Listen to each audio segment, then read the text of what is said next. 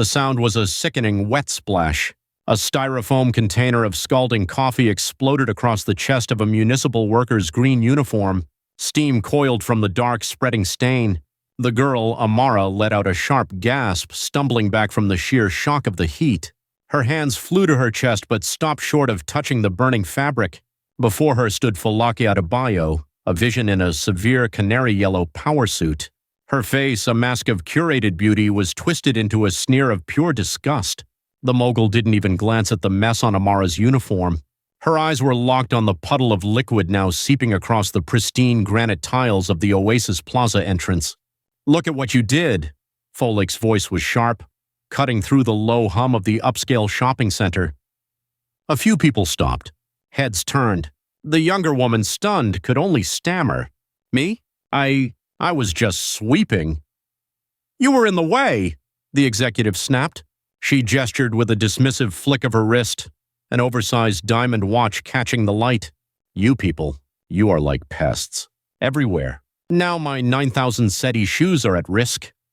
She took a deliberate step back, inspecting the tips of her matching yellow heels. Two women dressed in similar, though less expensive, designer clothes flanked Folake like well-groomed guard dogs. One of them tittered. Amara found her voice, a low tremor of disbelief in it. "There was an accident. I can help you clean."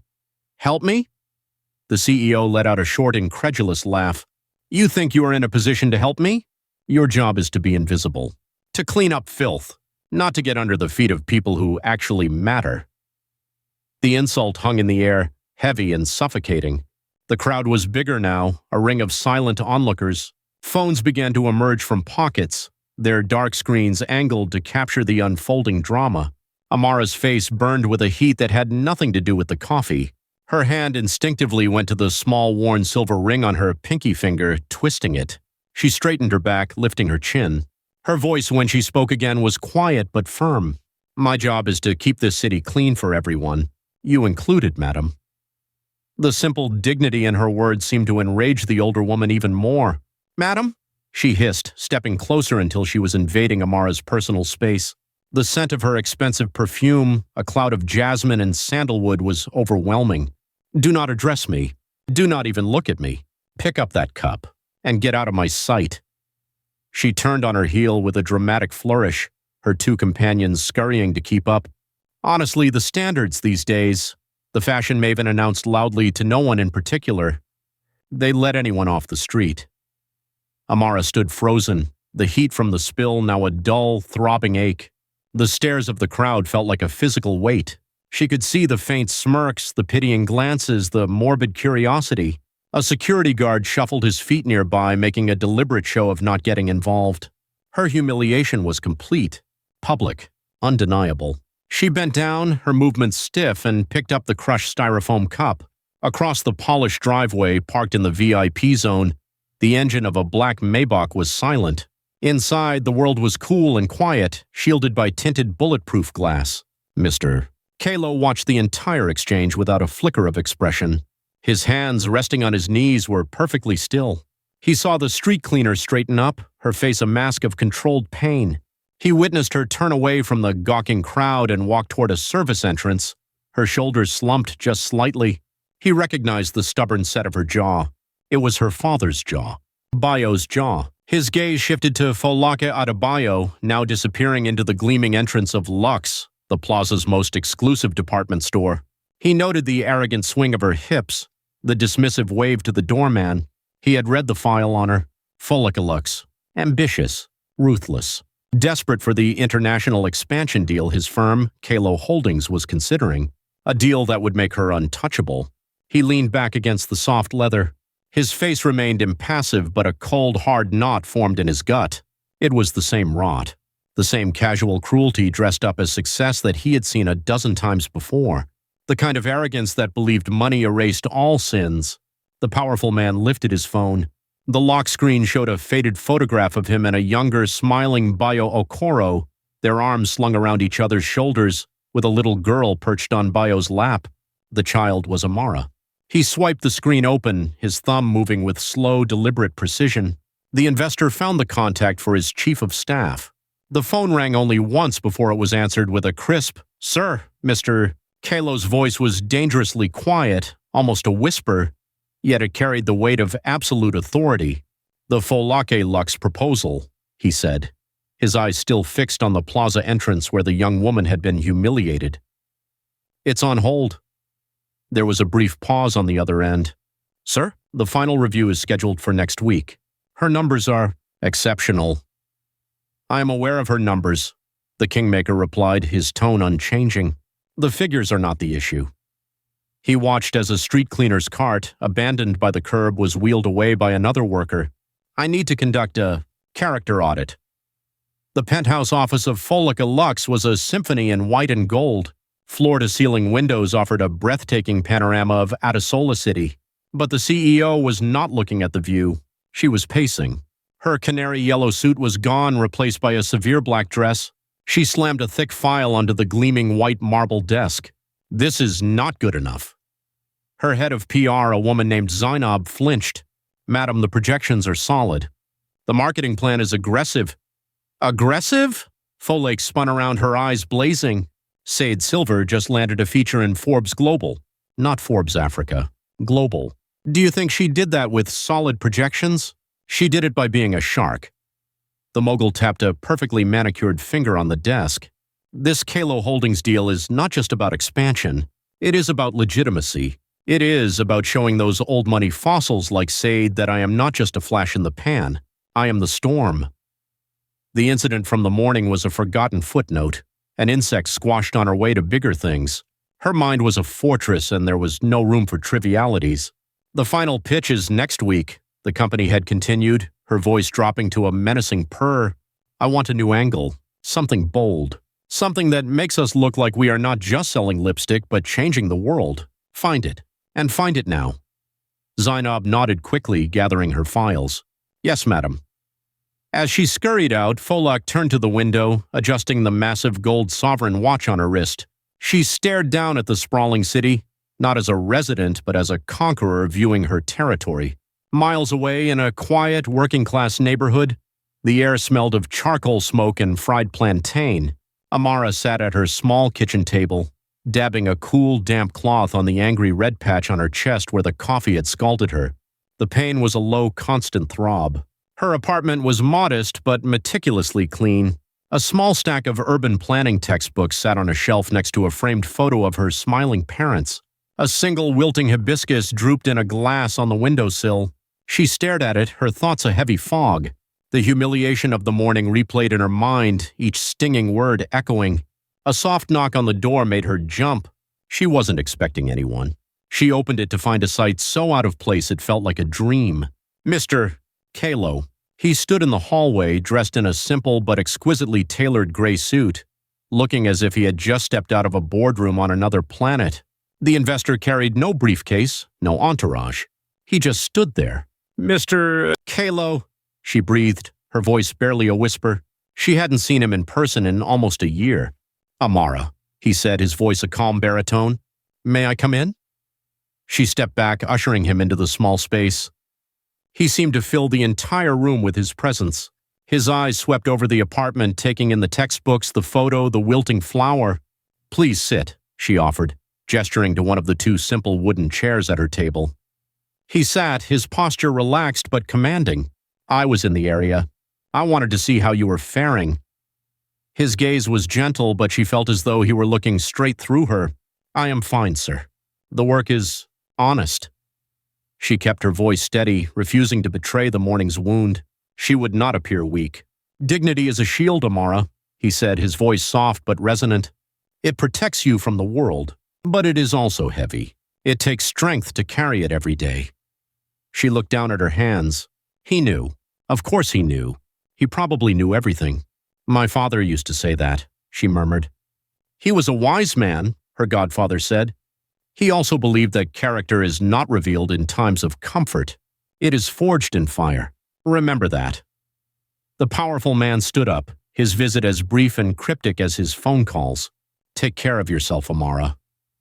And then he was gone, leaving behind a faint scent of expensive cologne and a profound sense of unease. She sank back into her chair, her head swimming. What did he mean? Forged in fire? Her eyes landed on a letter sitting on the small counter. It was from her grandmother's care facility. She picked it up, her fingers trembling slightly as she tore it open. The words blurred, but the numbers at the bottom were sharp and cruel. Balance overdue. Payment required to continue specialized ophthalmic care.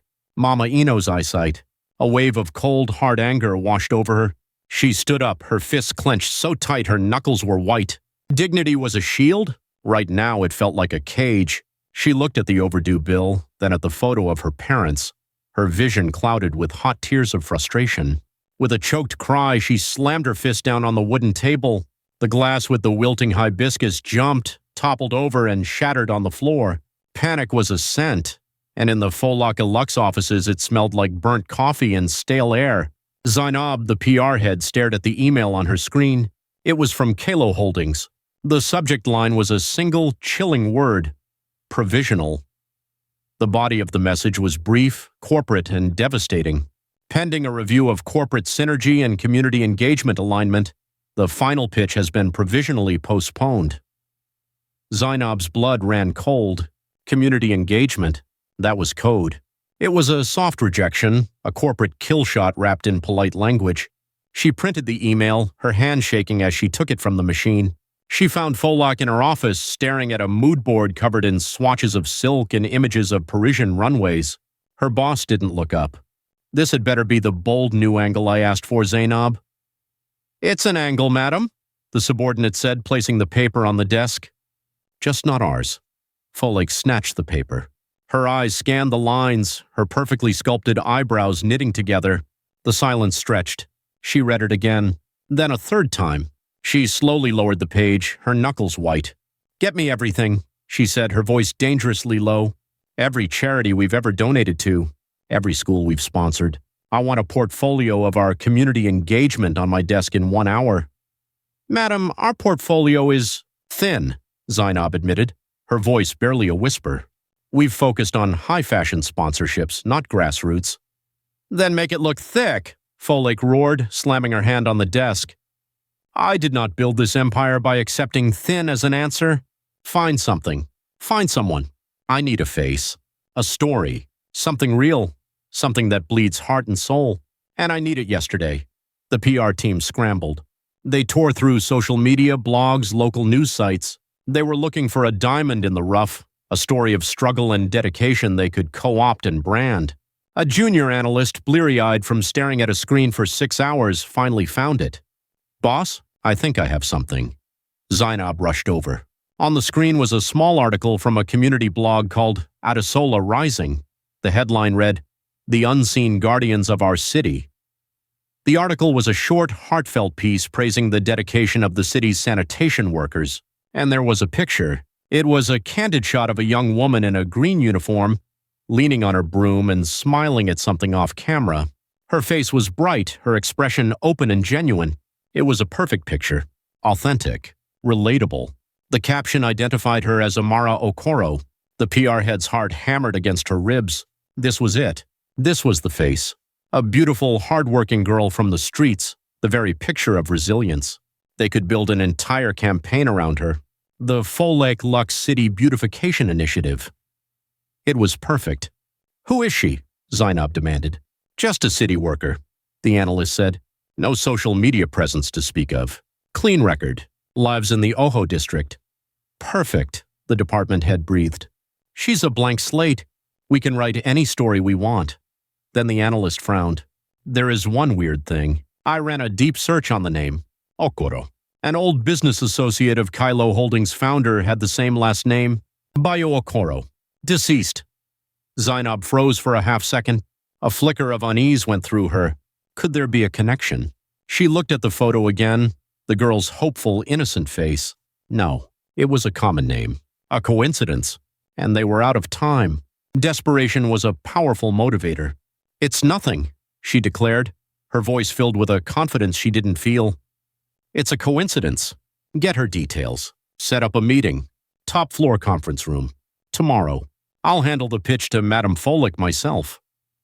The next day, Amara stood outside the towering glass spire of the Folak Lux headquarters. She wore her best dress, a simple blue cotton one she had sewn herself. In her hand was the official-looking letter that had summoned her, inviting her to discuss a community partnership opportunity. She didn't understand it, but the letter promised a generous stipend, a stipend that could pay for her grandmother's surgery. She felt small and out of place as the opulent, gold-leafed elevator whisked her upwards. The doors opened onto a silent, plushly carpeted floor. A severe-looking woman with a headset directed her to a large conference room at the end of the hall. Amara entered. The room was dominated by a massive mahogany table. At its head sat Zainab, who offered a bright, professional smile. "Amara Okoro? Thank you so much for coming. I'm Zainab, head of public relations. We have a very exciting proposal for you." Before the PR head could continue, the double doors at the far end of the room swung open. Falake Adebayo strode in, radiating impatience. She was on her phone. "No, I don't care about the logistics, just get it done." She looked up, her eyes sweeping over the room, ready to receive the brief on her company's new face. Her gaze fell on Amara. The phone slipped from her fingers, clattering onto the mahogany table. All the color drained from Folake's face. Her professional imperious mask dissolved, replaced by a look of pure, unadulterated shock. Her mouth opened slightly, but no sound came out. She was staring at the street cleaner. The silence in the conference room was a physical thing, thick and suffocating. Zainab looked from her boss's frozen face to Amara's confused one, her professional smile faltering. Something was terribly wrong. Folake recovered first. The shock vanished, replaced by a mask of cold fury so intense it seemed to lower the temperature in the room. She flicked her eyes at her subordinate, a look that promised a world of pain. Then she turned her attention to Amara. "Is Zainab," the CEO said, her voice a low, dangerous growl. "Leave us." "Madam, perhaps I should explain the proposal now." The PR head scrambled out of the room, pulling the heavy doors shut behind her. The click of the latch echoed like a gunshot. Folake walked slowly around the massive table, her heels sinking into the plush carpet. She didn't sit. She prowled. The executive stopped directly in front of Amara, crossing her arms. "This is a joke," she stated, not as a question. Amara stood her ground, her hand finding the familiar comfort of the silver ring on her finger. "I was invited here. I received a letter." "A letter," Folake sneered. "A mistake. One that is about to be corrected." She reached into her blazer and pulled out a checkbook and a gold pen. She scribbled furiously, tore out the check, and slid it across the polished mahogany. "This is for your trouble, and for your silence." The young woman looked down. Her eyes widened. The number written on the check had so many zeros she had to count them twice. It was more money than she had ever seen in her life. Enough to pay for Mama Ino's surgery 10 times over. Enough to change everything. Her heart hammered against her ribs. The image of the overdue medical bill flashed in her mind. The thought of her grandmother, her vision fading, her world shrinking day by day. "Just take it." A voice in her head screamed. "Swallow your pride. It's not for you. It's for her." Her hand trembled as she reached for the check. Her fingers brushed against the crisp paper. Then she looked up and met the mogul's smug, expectant gaze. She saw the disdain in those eyes, the casual assumption that she, like everything else in Folake's world, had a price tag. She saw the woman from the plaza, the woman who had tried to strip her of her humanity for the crime of being in the way. "Mr. Kalo's words echoed in her memory. "Character is forged in fire." Amara pulled her hand back as if the check were hot. She pushed it slowly back across the table. "No, thank you," she said, her voice quiet but clear as a bell. Folake stared at her, genuinely perplexed. "I don't think you understand. This is a very generous offer." "I understand perfectly," Amara replied, a new strength flowing into her. "You are trying to buy my silence about what you did to me at the plaza." The CEO's eyes narrowed. "What happened at the plaza was a misunderstanding. This is a donation to your cause. My dignity is not a charity, madam." The words were sharp, precise. Amara looked Folake directly in the eye. "And it's not for sale. But I see yours was. I wonder what the price was." The slap of the insult landed harder than any physical blow. Folake's carefully constructed composure shattered. The mask of the powerful CEO fell away, revealing the raw, panicked rage beneath. "You arrogant little roach," she spat, her voice venomous. "Who do you think you are? I was trying to do you a favor. I am offering you a lifeline and you throw it back in my face? Do you have any idea how the real world works? People like me decide what happens to people like you." She was leaning over the table now, her face inches from Amara's. Unseen by either of them, the heavy conference room door had not fully latched. It was open by a mere crack. On the other side, Zainab stood, her ear pressed to the gap, her face pale with horror. She had heard everything. Suddenly, a sleek black smartphone on the conference table buzzed, vibrating against the wood. It was Folake's. The screen lit up with a name that made her breath catch in her throat. Kalo Holdings. Her rage vanished, instantly replaced by a cold wave of professional dread. This was it. The call. The final judgment on the deal. She snatched up the phone, her hands shaking slightly as she composed herself. "Folake Adebayo," she answered, her voice miraculously smooth and professional. She listened, her expression shifting from anxiety to confusion and then to utter disbelief. "Yes. Yes, of course. The PR team's new initiative. Yes, she's here with me now." Folake's eyes darted towards Amara, a new kind of horror dawning on her face. "He wants—" "What?" she whispered into the phone. She listened for another moment, her knuckles white as she gripped the device. "I see," she finally said, her voice hollow. "Yes, we will be there. Tomorrow." She ended the call, placing the phone back on the table with a slow, deliberate movement. She looked at the younger woman, no longer with anger, but with a terrifying, trapped expression. "That was Mr. Kalo's office," she said, each word sounding like a piece of glass she was being forced to swallow. "He is very impressed with our new community outreach plan." She took a deep, shuddering breath. "He personally requests that our new community ambassador, you, be present at the final pitch meeting tomorrow morning." The boardroom at Kalo Holdings was a chamber of silent, intimidating power. There was no gold, no marble. Just dark wood, gray steel, and a single massive window overlooking the city from the highest floor of the tallest building. The air was cool and still. Folake Adebayo stood at the head of the long table, a titan in a stark white suit. Beside her, to the shock of the assembled executives, sat Amara Okoro in her simple blue dress. The younger woman was a ghost at the feast, a silent, unnerving presence. For the past hour, Folake had been brilliant. She presented her vision for global expansion with a passion and precision that was mesmerizing. She spun a narrative of empowerment, of African luxury taking its rightful place on the world stage. She was a master performer, and this was the performance of her life.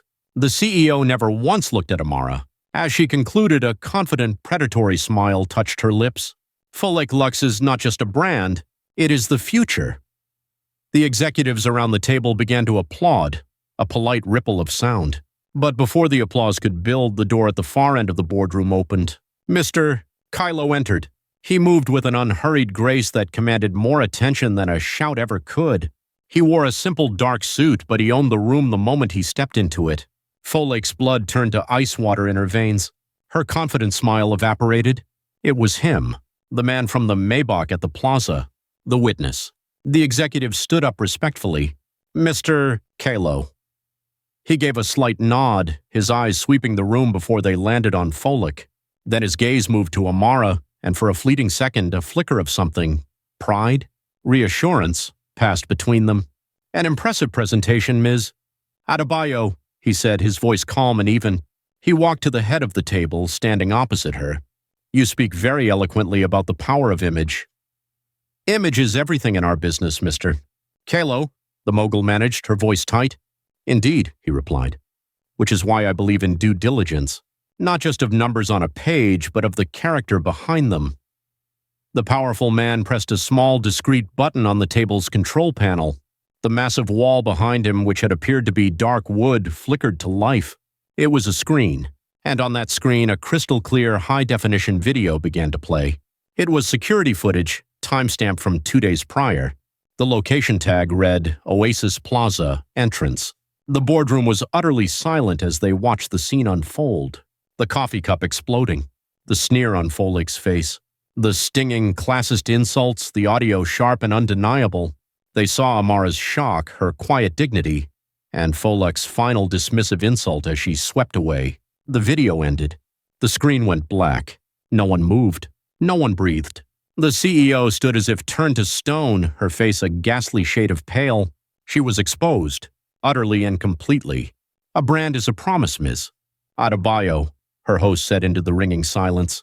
The footage I have just played is a recording of you breaking that promise to the entire world. Cornered and desperate, something inside Folek snapped. All pretense of civility vanished, replaced by the raw, snarling instinct of a trapped animal. "And you?" She lashed out, her voice raw and shaking as she pointed a finger at him. "You, mister. Kalo, a man of your influence, and you let your, whatever she is to you, sweep streets for a living while you watch from a Maybach? Who is the crueler one here? The one who tells the truth about the world, or the one who plays games with people's lives?" The Kingmaker did not flinch. He met her accusation with a steady, unyielding gaze.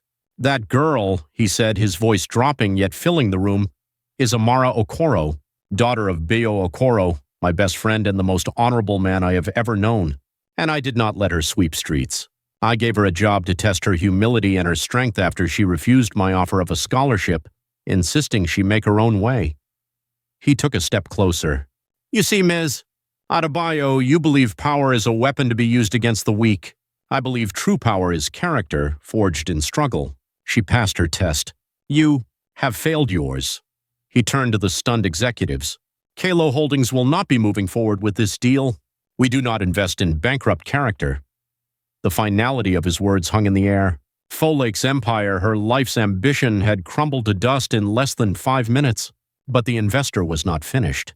He looked at Amara, whose face was a mixture of shock and dawning understanding.